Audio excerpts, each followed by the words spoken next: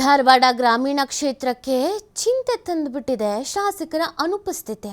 ಕ್ಷೇತ್ರದ ಹೊರಗಿದ್ದು ಗೆದ್ದಿದ್ದ ವಿನಯ್ ಕುಲಕರ್ಣಿಗೆ ಜೀವಾವಧಿ ಶಿಕ್ಷೆ. ಯೋಗೇಶ್ ಗೌಡ ಕೊಲೆ ಕೇಸ್ನಲ್ಲಿ ವಿನಯ್ ಕುಲಕರ್ಣಿ ಜೈಲು ಪಾಲಾಗ್ಬಿಟ್ಟಿದ್ದಾರೆ. ಕ್ಷೇತ್ರದ ಹೊರಗಿದ್ದುಕೊಂಡೇ 3 ವರ್ಷ ಆಡಳಿತವನ್ನು ನಿರ್ವಹಿಸಿದ್ರು ಕುಲಕರ್ಣಿ. ಕೊಲೆ ಪ್ರಕರಣದಲ್ಲಿ ಕ್ಷೇತ್ರ ಪ್ರವೇಶಿಸದಂತೆ ನಿರ್ಬಂಧವನ್ನು ವಿಧಿಸಿತ್ತು ಕೋರ್ಟ್.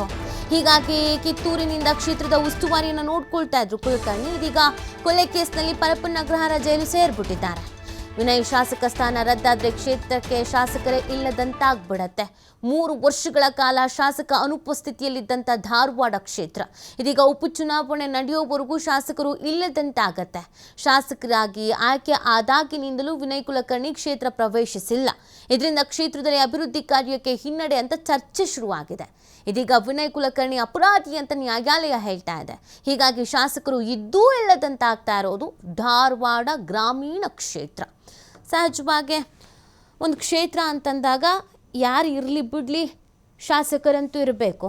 ಅಲ್ಲೊಂದಷ್ಟು ಸಮಸ್ಯೆಗಳನ್ನೋದಂತೂ ಖಂಡಿತವಾಗಿ ಇದ್ದೇ ಇರುತ್ತೆ. ಅದನ್ನು ಬಗೆಹರಿಸೋಕೆ ಏನೋ ಬಿಡಿ ಪಕ್ಕದಲ್ಲಿ ಇದ್ದಾದರೂ ಈ ಕ್ಷೇತ್ರದ ಬಗ್ಗೆ ಫೋಕಸ್ ಮಾಡ್ತಾ ಇದ್ದಾರೆ, ಕೆಲಸ ಮಾಡ್ತಾ ಇದ್ದಾರೆ, ಹೇಳೋದಕ್ಕಂತನಾದರೂ ಒಬ್ಬರು ಶಾಸಕರಿದ್ದಾರೆ ಅನ್ನೋದು ಇಲ್ಲಿವರೆಗೂ ಇದ್ದಿದ್ದು. ಬಟ್ ಈಗ ಜೈಲು ಸೇರಿಬಿಟ್ಟಿದ್ದಾರೆ.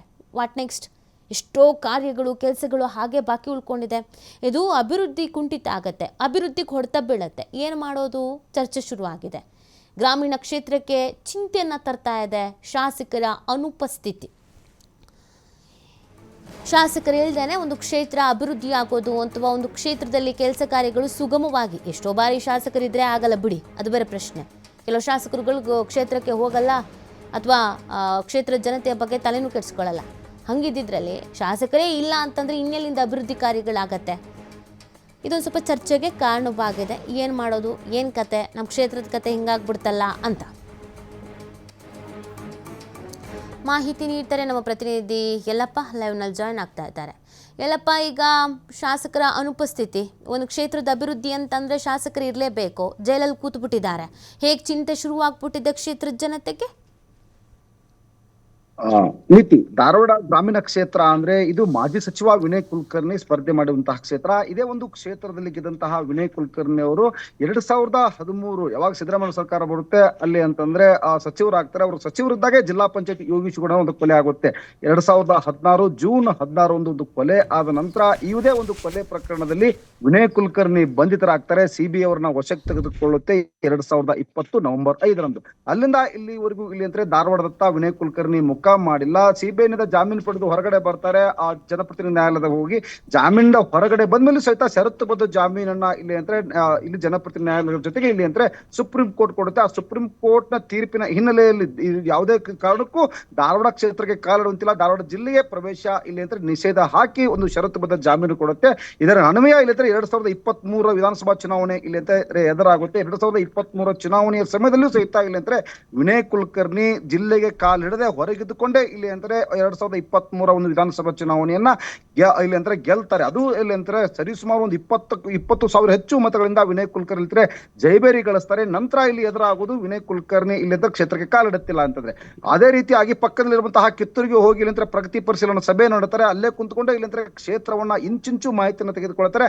ಯಾರೇ ಅಧಿಕಾರಿಗಳಿರ್ತಾರೆ ಅಧಿಕಾರಿಗಳಿಗೆ ಒಂದು ಚಳಿ ಬಿಡಿಸುವಂತಹ ಕೆಲಸ ಮತ್ತು ಅಧಿಕಾರಿಗಳಿಗೆ ಒಂದು ಸೂಚನೆ ನೀಡುವಂತಹ ಕೆಲಸವನ್ನ ಇಲ್ಲಿ ವಿನಯ್ ಕುಲಕರ್ಣಿ ಮಾಡಿದ್ದಾರೆ. ಜೊತೆಗೆ ಇಲ್ಲಿ ಅಂತಂದ್ರೆ ಅವರ ಪತ್ನಿ ಶಿವಲಾ ಕುಲಕರ್ಣಿ ಜೊತೆಗೆ ಅವರು ಕೈ ಜೋಡಿಸಿಕೊಂಡು ಅಧಿಕಾರಿಗಳ ಒಂದು ಸಭೆ ನಡೆಸ್ತಾರೆ. ಕ್ಷೇತ್ರದಲ್ಲಿ ಆಗು ಹೋಗುಗಳನ್ನು ನೋಡ್ಕೊಳ್ತಾರೆ. ಆದ್ರೆ ಅಲ್ಲಿಂದ ಇಲ್ಲಿವರೆಗೂ ಕ್ಷೇತ್ರ ಧಾರವಾಡ ಗ್ರಾಮೀಣ ಕ್ಷೇತ್ರ ಸಂಪೂರ್ಣವಾಗಿ ಅನಾಥವಾಗಿದೆ. ಯಾಕಂದ್ರೆ ವಿನಯ್ ಕುಲಕರ್ಣಿ ಇಲ್ಲಿ ಅಂತಂದ್ರೆ ಜಿಲ್ಲಾ ಪಂಚಾಯತ್ ಯೋಗೀಶ್ ಗೌಡ ಕೊಲೆ ಪ್ರಕರಣದಲ್ಲಿ ಮುಕ್ತಿ ಹೊಂತಾರೆ, ನಿರ್ದೋಷಿ ಆಗ್ತಾರೆ, ಸಾಕಷ್ಟು ಇಲ್ಲದ್ರೆ ಭರವಸೆಯನ್ನ ವಿನಯ್ ಕುಲಕರ್ಣಿ ಇಟ್ಕೊಂಡಿದ್ರು. ಆದ್ರೆ ದೋಷಿ ಆಗಿದ್ರೆ ಈಗಾಗಲೇ ಜೀವಾವಧಿ ಶಿಕ್ಷೆಯನ್ನ ಜನಪ್ರತಿನಿಧಿ ನ್ಯಾಯಾಲಯ ಘೋಷಣೆ ಮಾಡಿದೆ. ಇದರ ಹಿನ್ನೆಲೆಯಲ್ಲಿ ಜೈಲಿನಲ್ಲಿರುವಂತಹ ವಿನಯ್ ಕುಲಕರ್ಣಿ ಇದೇ ಒಂದು ಕ್ಷೇತ್ರಕ್ಕೆ ಈಗ ಒಂದು ಉಪಚುನಾವಣೆ ಎದುರಾಗುವಂತಹ ಸಂಭವ ಇದೆ. ಯಾಕಂದ್ರೆ ಯಾವಾಗ ಜನಪ್ರತಿನಿಧಿ ನ್ಯಾಯಾಲಯಗಳ ದೋಷಿ ಅಂತ ಈಗಾಗಲೇ ಅಂದ್ರೆ ಜೀವಾವಧಿ ಶಿಕ್ಷೆನ ಪ್ರಕಟಿಸಿದೆ 30 ದಿನಗಳ ಕಾಲ ಇಲ್ಲಿ ಅಂತ ಅವಕಾಶವಿರುತ್ತೆ. ಹೈಕೋರ್ಟ್ ನಿಂದ ಇಲ್ಲಿ ಅಂತ ಏನಾದ್ರೂ ಸ್ಟೇ ತೆಗೆದುಕೊಂಡು ಬಂದ್ರೆ ಇಲ್ಲಿ ಸಹಿತ ಹೈಕೋರ್ಟ್ ನಲ್ಲಿ ಅವರಿಗೆ ವಿನಯ್ ಕುಲಕರ್ಣಿ ಅವರಿಗೆ ಸ್ಟೇ ಸಿಕ್ಕಿಲ್ಲ. ಒಂದ್ ವೇಳೆ ಸಿಗದೆ ಹೋದ್ರೆ ಉಪಚುನಾವಣೆ ಎದುರಾಗುತ್ತೆ. ಅಲ್ಲಿವರೆಗೂ ಸಹಿತ ಯಾಕಂದ್ರೆ ಕಳೆದ 3 ವರ್ಷಗಳಿಂದ ಧಾರವಾಡ ಗ್ರಾಮೀಣ ಕ್ಷೇತ್ರ ಸಂಪೂರ್ಣವಾಗಿ ಇಲ್ಲಿ ಅಂದ್ರೆ ಅನಾಥವಾಗಿದೆ. ಅದರಲ್ಲಿ ಈ ಒಂದು ಸಮಯ ಏನಿದೆ ಈಗಾಗಲೇ ಒಂದ್ ಕಡೆ ಮುಂಗಾರು ಬೆಳೆ ಬರ್ತಾ ಇದೆ. ಮುಂಗಾರು ಮಳೆಯಲ್ಲಿ ರಸಗೊಬ್ಬರ ಕೊರತೆ ಕಾಣ್ತಾ ಇದೆ. ಇದರ ಜೊತೆಗೆ ಇಲ್ಲಿ ನೋಡಿದಾಗ ಇಲ್ಲಿ ಅಂದ್ರೆ ಸಂಪೂರ್ಣವಾಗಿ ಬಿಸಿ ನೆತ್ತಿ ಸುಡುವಂತಹ ಬಿಸಿಲು. ಇದೇ ಒಂದು ಕ್ಷೇತ್ರದಲ್ಲಿ ಧಾರವಾಡ ಗ್ರಾಮೀಣ ಕ್ಷೇತ್ರದಲ್ಲಿ ಕುಡಿಯೋ ನೀರಿನ ಸಮಸ್ಯೆ ಇದೆ. ಕುಡಿಯೋ ನೀರಿನ ಸಮಸ್ಯೆನ ಇಲ್ಲಿ ಅಧಿಕಾರಿಗಳಿಗೆ ಆಡಿದ್ದ ಆಟ. ಯಾಕಂದ್ರೆ ಜನಪ್ರತಿನಿಧಿಗಳಿದ್ದಾಗ ಅವ್ರಿಗೆ ಚಾಟಿ ಬೀಸುದು, ಬಿಸಿ ಮುಟ್ಟಿಸುವಂತ ಕೆಲಸವನ್ನ ಮಾಡ್ತಾರೆ.